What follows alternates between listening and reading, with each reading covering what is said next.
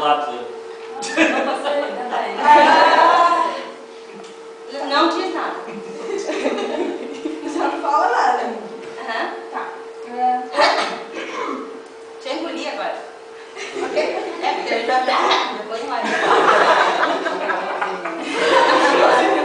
Vocês acham que eu era assim, central lá? Tá. O ano de 2009 foi uma mistura de sentimentos para todo mundo que está aqui. O último ano da escola, pra gente, os últimos momentos da vida escolar, foi um ano também extremamente decisivo, que a gente tinha que se decidir alguma coisa, que a gente tinha que se decidir. E de todos os momentos que nós vivemos juntos, não somente no ano de 2009, tem muita gente que se conhece há muito mais tempo, eu acho que o mais importante, o mais valioso de tudo, foi esses presentes que a vida, Deus nos deu, que são os amigos de verdade. E conforme o tempo vai passando, a gente vai percebendo quanto é mais especial esses presentes que a vida nos dá.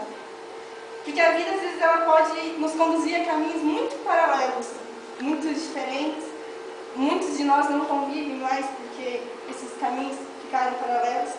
Mas aquilo que é verdadeiro, aquilo que é sincero, permanece independente de qualquer coisa.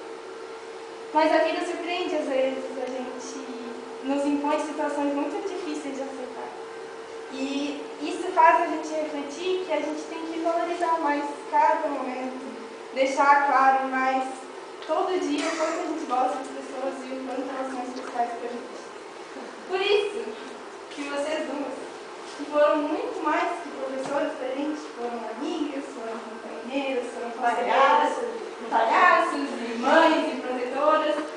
Por isso que a gente está aqui, porque vocês têm um dom diferente dos professores. O dom de ensinar que poucos sabem. E muito mais do que ensinar um conteúdo programático, a gente aprendeu sobre vida com vocês. Sobre a não desistir dos nossos sonhos, a lutar sempre por tudo que a gente quer.